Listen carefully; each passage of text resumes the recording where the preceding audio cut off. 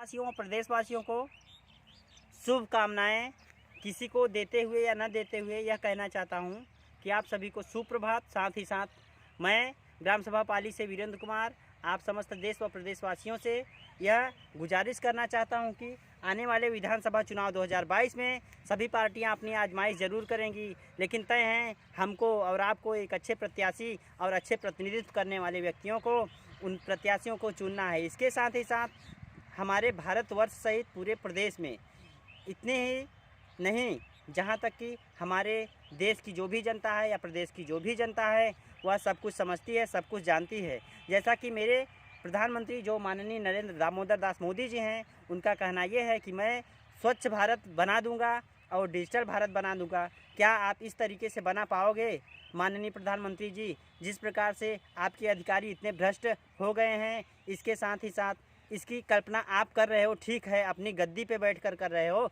अपनी कुर्सी पे बैठकर कर रहे हो। कभी आपने अपने अधिकारियों को कहा है कि आप कभी भूमिगत जाके मुआयना करके आओ, क्या हाल है क्या नहीं?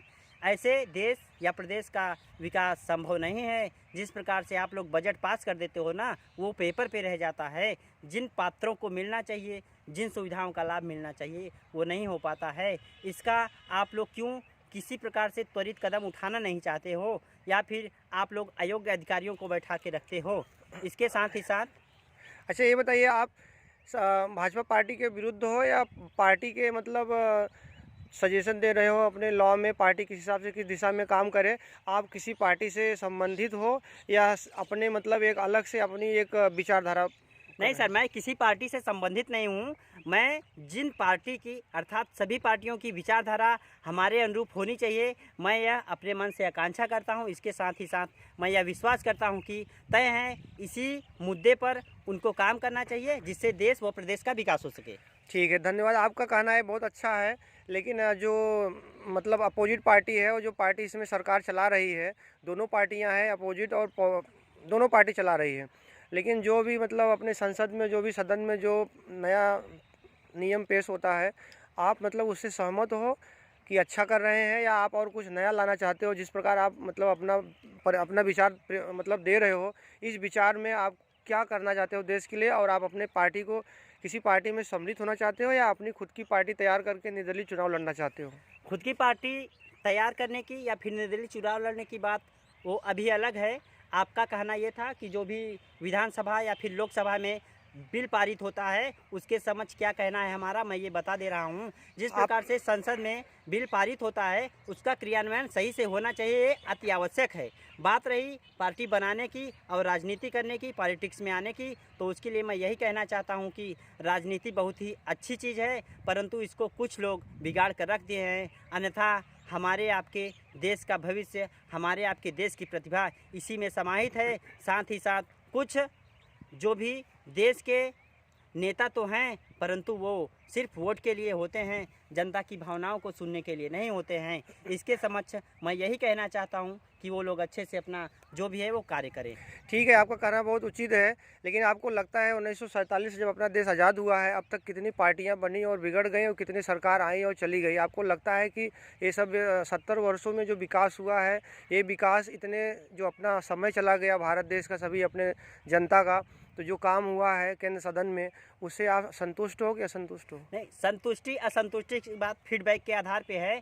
हमारी आपकी देश की जनता जो है वो एक तरीके से सही व्यक्तित्व और सही व्यक्ति का निर्धारण नहीं कर पाती है। इसके समक्ष आज आज़ादी के 70 साल हो गए हैं, परंतु ऐसा कुछ नहीं हो पाया है कि जिस प्रकार से हमारे आपके जो हमारे पूर्वजों ने आज़ादी दिलाई या देशभक्तों ने आज़ादी दिलाई, उसका क्रियान्वयन हमारे राजनीतिक लोग नहीं सही से कर पा रहे हैं। इसके साथ ही साथ जो ब्रिटिश हुकूमत में पहले भी बनी थी, वही आज भी व्यवस्था बनी हुई है, बस उसी के रहमो कदम पे चलाया जा रहा है अपने देश व प्रदेश को।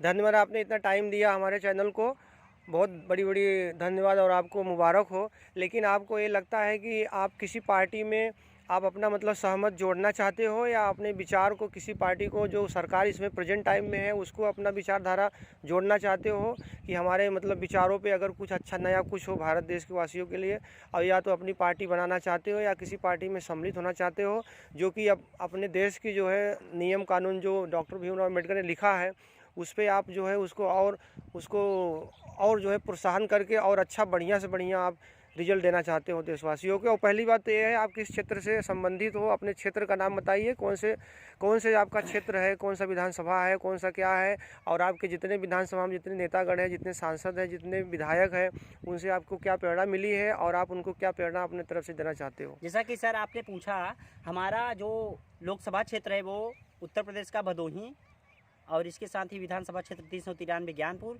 इसके साथ ही साथ हमारे यहाँ के विधायक जो हैं वो रविन्द्रनाथ त्रिपाठी और माननीय पंडित विजय मिश्रा, साथ ही साथ दीनानाथ भास्कर और राय से जो विधायक हैं। इसके बाद लोकसभा सांसद डॉक्टर रमेश चंद्र बिंद जी हैं।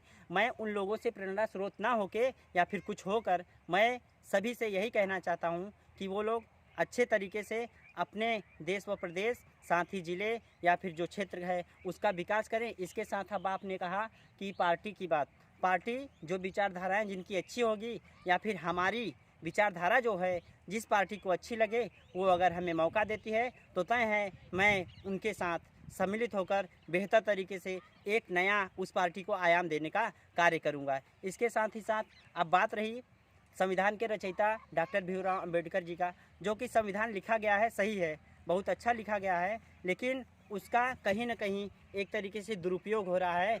ऐसा क्यों हो रहा है ये हमें नहीं पता, बट जो भी जैसा भी है वो कुछ ज़्यादा सही नहीं है।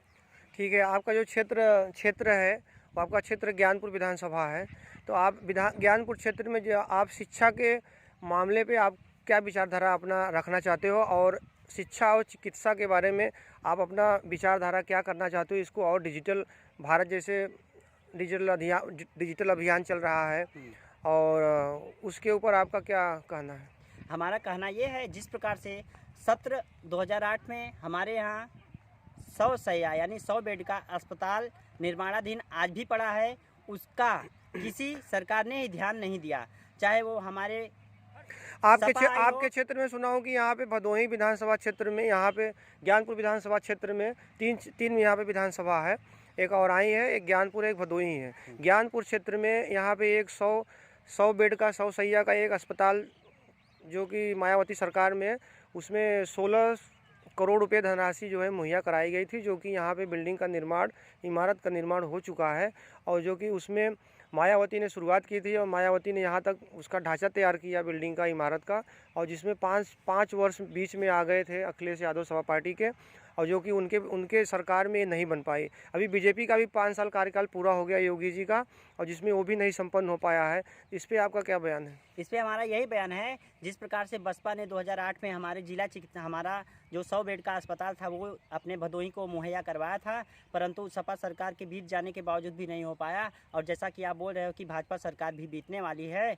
विगत यहाँ पे हमारे प्रदेश के यशस्वी मुख्यमंत्री योगी आदित्यनाथ जी आए थे। उन्होंने अपने अभिभाषण में कहा था कि ये जो 100 बेड का अस्पताल है, मैं इसके लिए त्वरित कार्रवाई करके जल्द से जल्द इसमें सारी चिकित्सा सुविधाएं मुहैया करवाऊंगा, जिससे यहाँ के जनपदवासियों को Allahabad, Varanasi, BHU trauma centre, PGI, Lucknow वगैरह का चक्कर ना काटना पड़े। इसके बाद उन्होंने यह भी बताया कि यहाँ जो हमारा जनपद है भदोही, वो छोटा सा है, बहुत विकास की यहाँ पे भदोही क्षेत्र में कितनी जनसंख्या है जो कि इस अस्पताल का जो है सुविधा लाभ उठा सकते हैं। लगभग 16 या 17 करोड़ है, लगभग इतना लाख है, 16 लाख है, 16 लाख के लगभग है। आप कहना ये चाहता हूँ कि जो सरकारें आई वो खाकर चली गईं। अभी तक आप वहाँ पे जाके देख सकते हो